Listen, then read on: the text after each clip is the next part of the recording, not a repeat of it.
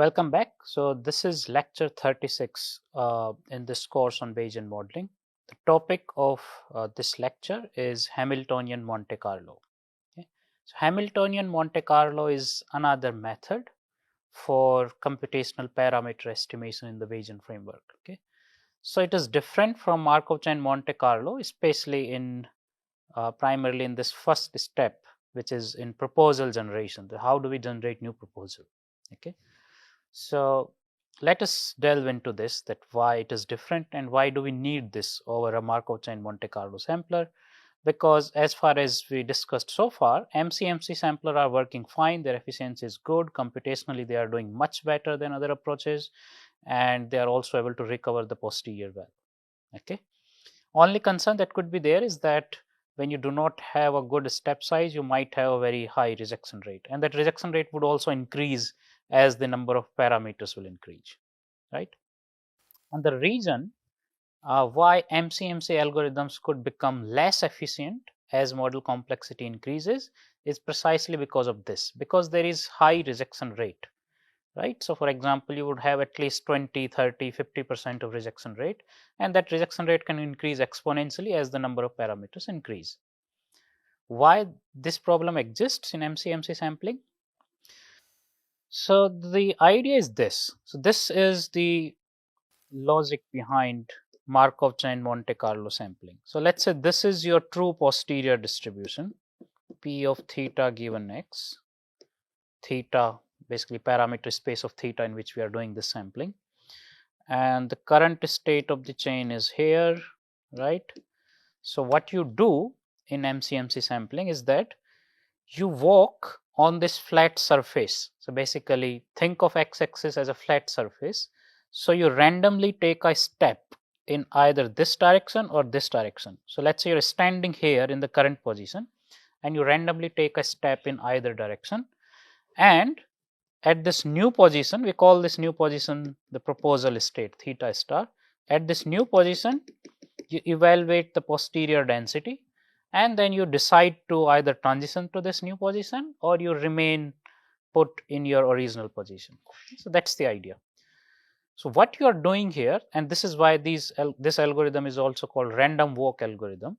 What you are doing here in this particular version of MCMC sampling is that you are randomly exploring this space, the parameter space. Okay, although it has dependent sampling, of course the next step you take, you evaluate it with respect to the current state, with respect to the previous step, and then you will move to transition to the next step only when it has higher posterior density, or probabilistically even if it has lower posterior density. Okay, but at the time of proposal generation, what you are doing, you are indeed using the information contained in previously collected sample. So just previously collected sample. So you are using information contained in previously collected sample, because you have already collected a sample from the posterior distribution. It is likely to have non-zero posterior density. So you are already in some good low or high posterior density region. So you are just using that information, because the next step you take is with respect to this particular sample. So you are not going too far from this particular sample. So you are using this information that if you are in higher posterior density region, then stay in higher posterior density region, right? Or at least do not go into zero posterior density region. Okay, so you are using the information contained in the previous sample, right? But that's it. You are using this information only to define from where you start, but exactly in which direction you should move and how much you should move, that is not defined by anything else, right?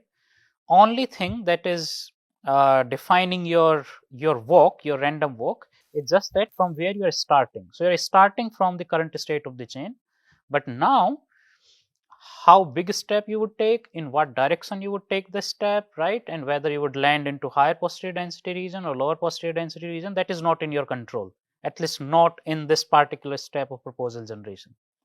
Of course, during proposal evaluation, you can come back or you can reject that proposal, all that you can do, But during proposal generation, you are just randomly adding noise to the current state of the chain. So this particular method of proposal generation is not highly efficient, because you might still end up generating a lot of proposals that will be rejected later on, and that we see when you have large step size, you end up rejecting a huge number of samples, right? So this particular step of proposal generation can be made better. How? Remember, we mentioned two kind of informations that we were ignoring in grid approximation, and those can be used. First source of information is information contained in previous samples, samples that you already collected from the posterior. So basically, information contained in previous samples from the posterior distribution. Okay, so this is one. So what you have already sampled in those samples. Second kind of information that you can use is the likelihood into prior density function. So you already know the likelihood function, you already know the prior density function, and you know what you will get when you multiply them. You might get some exponential function of certain form, let's say e of theta something, right? So you already know the form of this function, but you are not using this information for proposal generation, right? So for example, you might already know that, let's say this is your current state theta I, that in which direction you might get higher posterior density, in which direction you might get lower posterior density. You can already gain this information from this function, but you are not using this. Okay, so can we somehow use this information? Can we use the shape of this likelihood into prior function to inform the proposal generation? So can we capitalize on likelihood into prior function, the shape of the likelihood into prior function for proposal generation, right? How do we do this? So to do this, we can use Hamiltonian dynamics, and that's the basis of Hamiltonian Monte Carlo. So the idea is this. So let's say this is your posterior distribution, P of theta given x, or not posterior, let's say this is your likelihood into prior density function. Okay, so this thing is likelihood into prior, and you have theta here. Okay, so this is basically your unnormalized posterior density. Okay, what if I take log of this density, basically log of likelihood into prior, and then I take negative of this. So negative log of likelihood into prior. What this does, I end up getting a distribution like this. Basically a function like this, a curve like this. So curve which basically starts from somewhere here and then achieves its minima somewhere here, basically at the same point, right? And then goes upward, right? So this is negative log of likelihood into prior. Okay. So now this surface has minima somewhere, so it's like now a sliding surface. You can use it as a sliding surface, right? What we do now, we will use the gravity of the surface to inform proposal generation. How do we do that?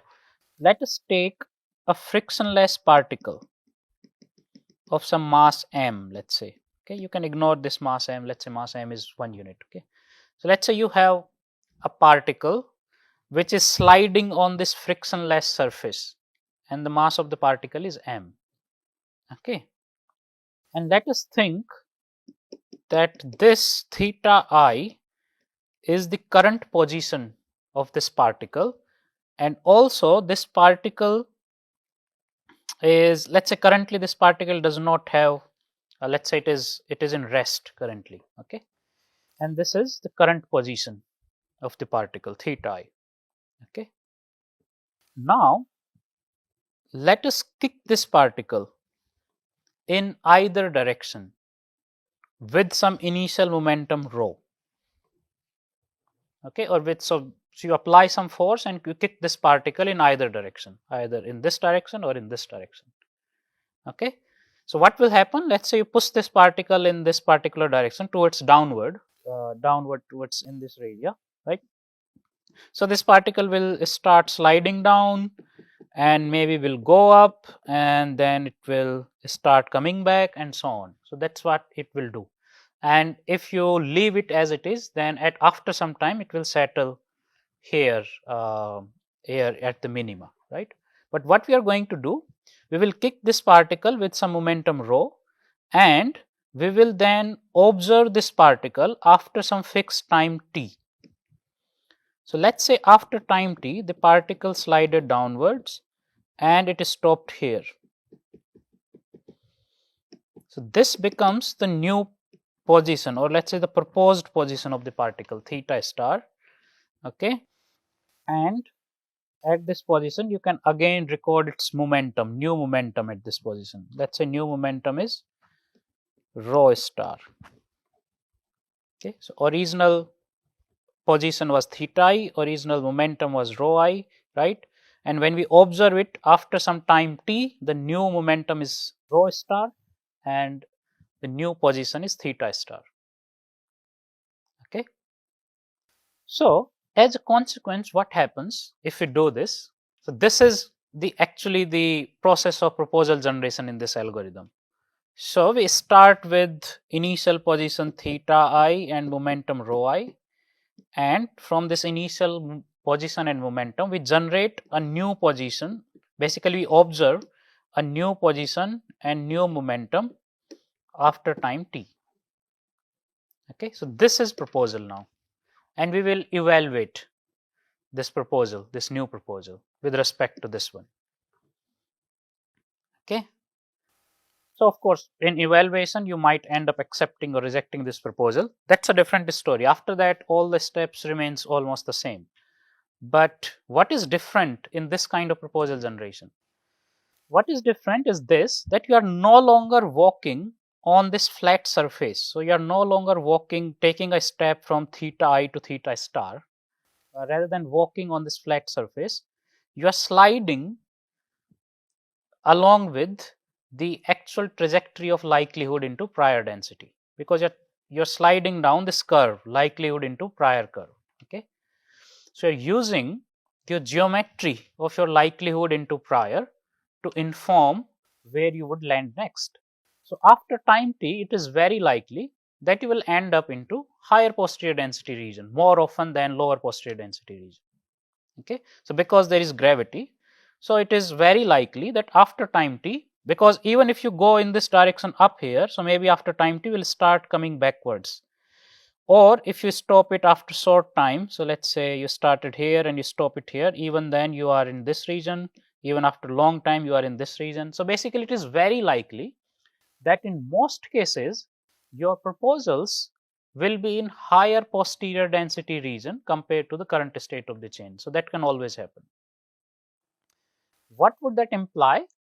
That in terms of frequency, you would generate more proposals that are in higher posterior density region and fewer proposals in lower posterior density region, right?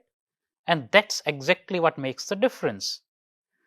In random walk algorithms, you are getting this frequency about higher posterior density region and lower posterior density regions based on your acceptance and rejection of the samples. In this case, you are already getting this frequency in the proposal generation step.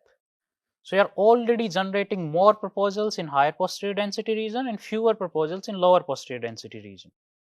Okay, because when you kick this particle in either direction, the particle will slide on the surface and it would try to come towards this region, because this is the region where the particle would have basically lower potential energy. So particle would always want to decrease its potential energy, and so basically the principle is this, that particle would want to minimize its energy, right?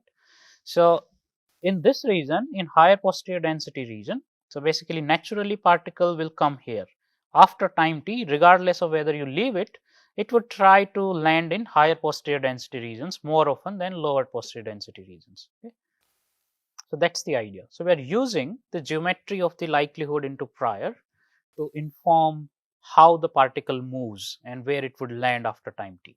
So rather than taking random walk on the flat surface, we are sliding down the curve, the likelihood into prior curve. Okay, so that's why our proposal generation step itself is informed by likelihood into prior function. So we are using this information. The what is the nature of our likelihood into prior function? We are using this information to inform proposal generation. Okay, so what it would do is this, that it would considerably decrease the rate of rejection. So you would end up rejecting very, very low number of samples. So in most times you would be accepting all the samples, right? So your rejection rate would go considerably low. Okay, and that's a good thing, and without affecting the convergence of your model. Okay, so let us see how it works technically, right? So the idea is this, that at each position, in current position or in this new position, right, in proposed position, we will calculate energy of the particle. Okay, so we will calculate total energy of the particle in each state. And how do we calculate total energy? So let's say total energy is given by h, which is a function of rho and x. Okay, so it is given by kinetic energy of the particle, and which would be a function of rho, momentum. So basically, depending on what is the velocity of the particle, it would have certain kinetic energy, and it would be in either direction. So basically, kinetic energy wouldn't have direction, but the velocity would have some direction, or momentum would have some direction. But it would be a function of your velocity and momentum, right? So we are taking momentum here. So it would be kinetic energy of the particle at momentum rho plus potential energy of the particle at this position x. So potential energy will be a function of x. So remember formula potential energy, it used to be mgh. H was the height of some particle or whatever from the ground, right? So in this case, what is h? So this is the surface. H is, let's say, how high is this particle from the ground, right? So basically this height. Okay, and what would give you this height? This function. Okay, so height is basically given by this function. Okay, so at this particular position theta I, the height of the particle is minus log likelihood of theta I into prior density of theta I. So that's the height of the particle, and this is what will determine its potential energy. Okay, so the particle which is staying here would have higher potential energy compared to a particle which is here in this position, right? Because the height is this height is greater than this one, and this is what will determine your potential energy. Kinetic energy will be given by rho square by 2m. So let us consider mass does not matter here for our purpose. Let us consider mass is 1. So I will just write rho square by 2. And kinetic energy is given by mgh. So mass does not matter. You can ignore g for now. So gravity, which is a constant, gravitational constant. Sorry, the acceleration due to gravity. So let us just consider h. Okay. So how high is the particle from the ground, right? And h is basically what? Your negative log of likelihood of this position x. Okay, so rather than x, I can just write theta. So theta is basically the value of the parameter is your position, right? So that's our position parameter. So at theta, height is L theta given the data into p theta. Okay. This is how you can write it. So energy total energy is given by this. Okay, so where separately this is your kinetic energy of the particle, and this is the potential energy of the particle. Okay, now why we are calculating total energy? Idea is this, that the particle would stay in lower energy state, or basically the particle would try to stay in lower energy state. Okay, so what this would imply for sampling, what it would imply is this. So let's say this is the current state of the chain, theta I rho I, and let's say this is the proposed state, theta star rho star. Okay, and if you calculate total energy of the particle in the current state, so which is h of theta I rho I, and you also calculate total energy of the particle in this state, h of theta star rho star.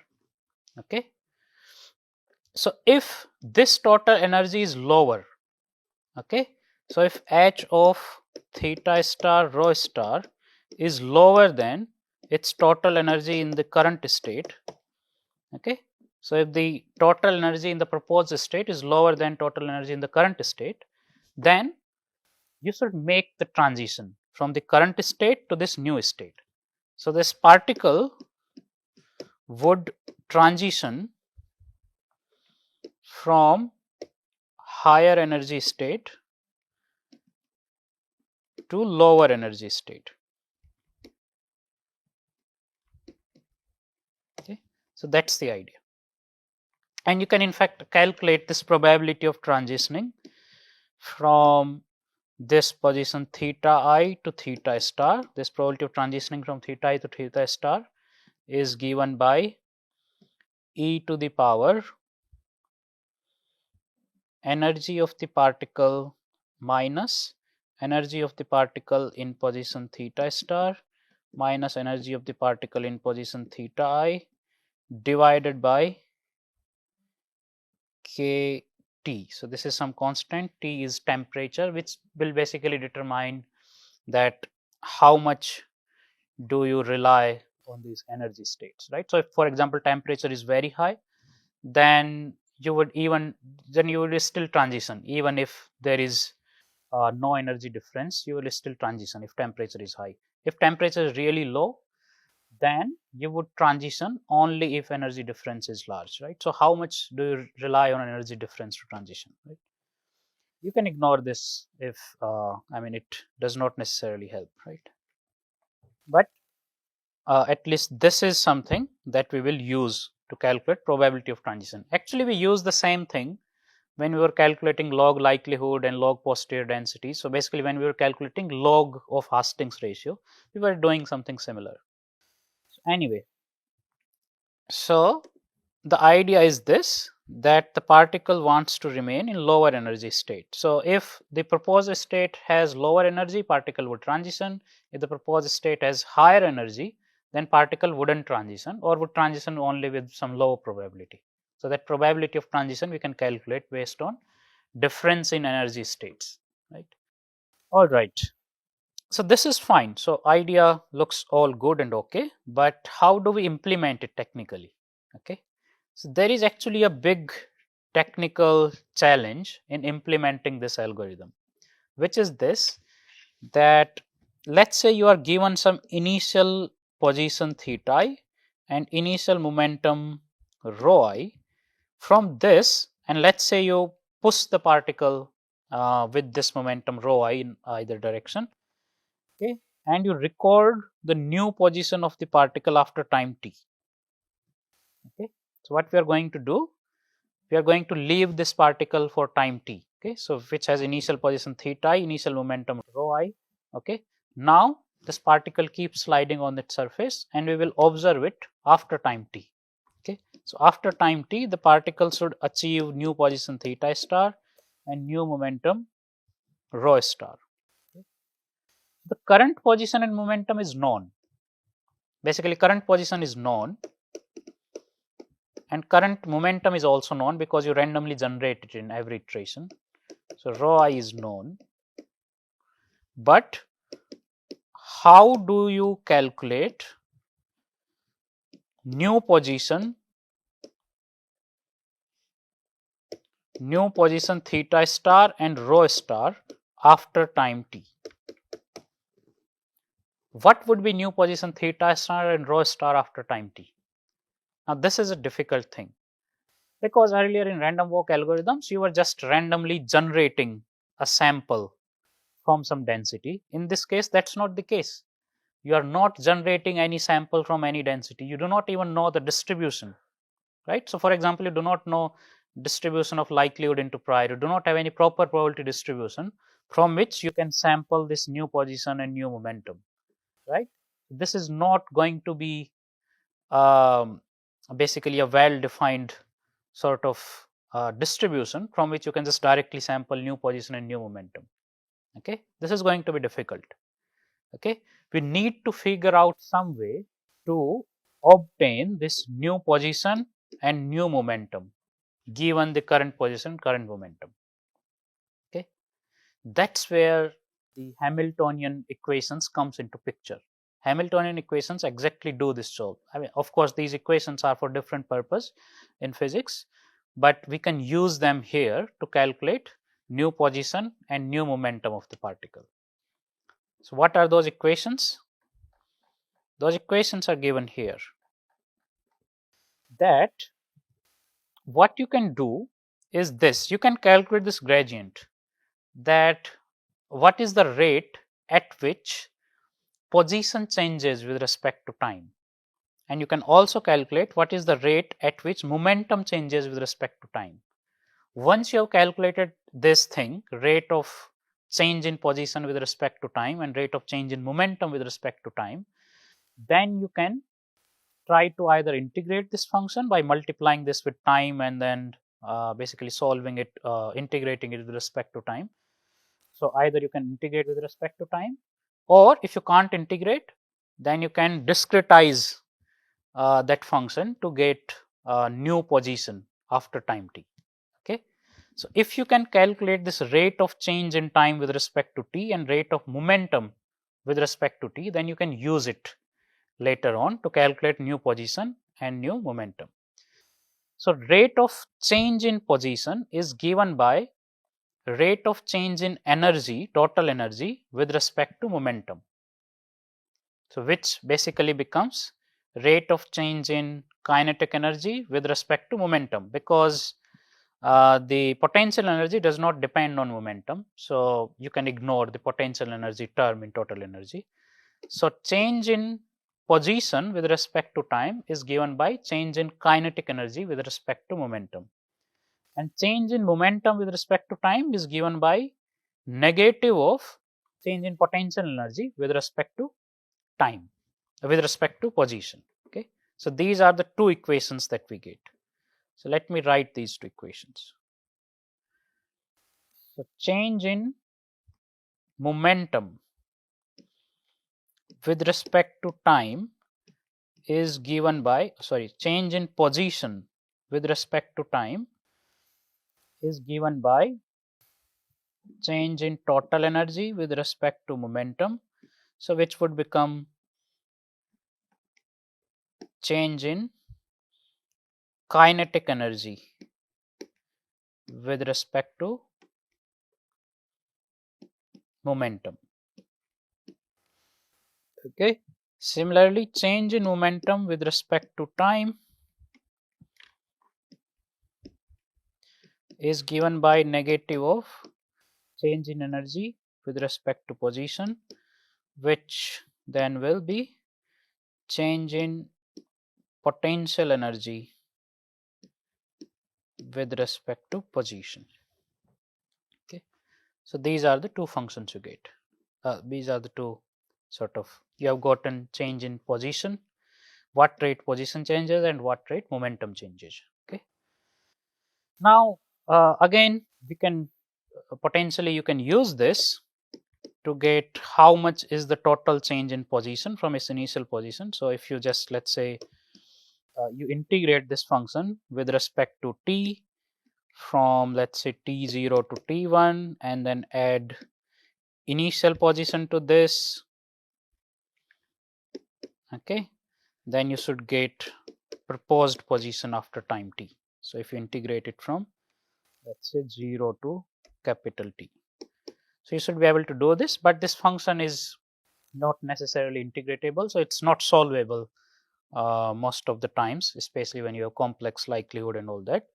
So what we do is this, that we discretize this step, that we solve this integration by discretizing these steps into n number of small steps. How do we do that? So once you have calculated this gradient delta x by delta t, what you will do, you will multiply it with some small time step, let's say epsilon, or let me call it delta t. Okay, and you would add n number of such a small time steps. Okay, such that let's say delta t is epsilon. So add n number of such small time steps epsilon, right? Where such that t is equals to t epsilon, right?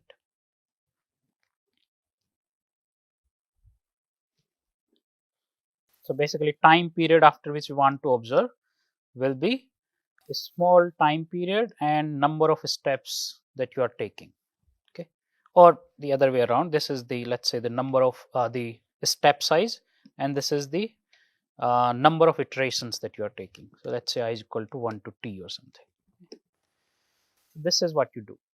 Okay, and we do this for delta x, this particular equation, as well as for the other one for delta rho by delta t. So here as well we multiply it with epsilon for 1 to t. Okay, so t times we do this, right? Sorry, not t, actually this is called L. This is called L, is basically number of leapfrog steps. We call each step the leapfrog step. So we are discretizing this time period into L number of leapfrog steps. Okay, so each step we are taking for a very small time epsilon. You can call it time step or step size. So this is the step size parameter in this particular algorithm, epsilon, right? And this is the number of leapfrog step. These two together control after how much time you are going to observe, right?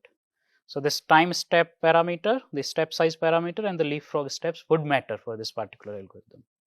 Okay, so let me write from I is equal to 1 to L. So you do this L number of times. Similarly, you do this L number of times. Okay. So and then you add initial position to this to get new position, proposed position. Similarly, here you will get new momentum if you add rho I to this after some time. Okay, so complication, and the reason why we have to discretize time step and do all this thing, the complication is this, that actually when you want to calculate this thing, it would depend on a value of, see this function, when you want to calculate this gradient, how momentum changes with respect to time, this whole thing would also depend on x. This will be a function of x. Okay, so this will depend on position, right? So, and what will be the value of position if you would want to calculate this gradient? So that's why it becomes difficult to integrate it. So you can't integrate it because you will need some position every time, right? Some value of x every time. Okay, and when for the same reason, we cannot independently calculate new position and new momentum. Okay, there has to be some Gibbs sampling kind of sampling here to iteratively sample new position and new momentum after each time step. So this is what we do in practice in order to solve all these problems. So let's say you decide, you break this time interval t into L number of small time steps. So let's say t is equals to L epsilon, where L is the number of leapfrog steps. So let's say it is 12 or 15 or whatever you decide. Okay. Now what you would do for I in 1 to L. So basically you will iterate through each leapfrog step. So, we will take each leapfrog step one by one. Okay. And for each leapfrog step, these are the things that you will do. First, you will do a half step. So, this is one of the algorithm, it does this half step update for position. Okay, what does that mean? So, let's say initial position was theta I. Okay, initial momentum was rho I. So, what you would do is this, that new position. Okay, so let's say new position, you can call it theta, let's say. Okay, let's say initially theta is equals to theta I, rho is equals to rho I. So, new position theta would become theta plus change in position with respect to time. Okay, so basically delta theta by delta t, change in position with respect to time, into epsilon by 2. So, half of this time step. So, we are taking half a step. Okay, so this will become new position. Then we will do full step update for momentum. So, the new momentum will become rho plus delta rho by delta t. So, change in momentum with respect to time into epsilon, and then again half step update for position. So, now new position will be theta plus delta theta by delta t into epsilon by 2. The reason behind this, reason of doing this is this, that when you will calculate this gradient, this would be a function of momentum. So, what momentum you will use here? You will use whatever current momentum you have, rho. In this position would require theta position. So, what position you would use here? You would use this position, basically whatever current position you have. Okay. And in this case, this would require the value of momentum. So, here you would use this momentum value. So, whatever you have currently. Okay. So, this keeps on going in loop. So, for L iterations. Okay. So, in the end, after L number of steps, you will end up with final position theta star and final momentum rho star, right? And at this position and at this momentum, you can calculate total energy of the system using the formula that you have, and total energy of the system in the original state in theta I, right? Theta I in rho I. Okay, so let's say this is the total energy in position in the proposed position, and let's say this was the total energy in the original position. Now you can take their energy difference and determine based on this. How do we take the energy difference? So basically you take difference of this, okay, and then you take exponent of this thing to determine probability of acceptance. So whether you should transition to theta star or not, right? So it is energy. So basically you should take exponent of negative of this, right? So if H comes out to be greater than 1, you should transition, otherwise you transition with probability H. Okay. So that's the idea. So this is it about technical details of Hamiltonian Monte Carlo. This is the idea behind Hamiltonian Monte Carlo. So the main innovation that Hamiltonian Monte Carlo does is in proposal generation. That you are not now blindly generating proposals based on current state of the chain.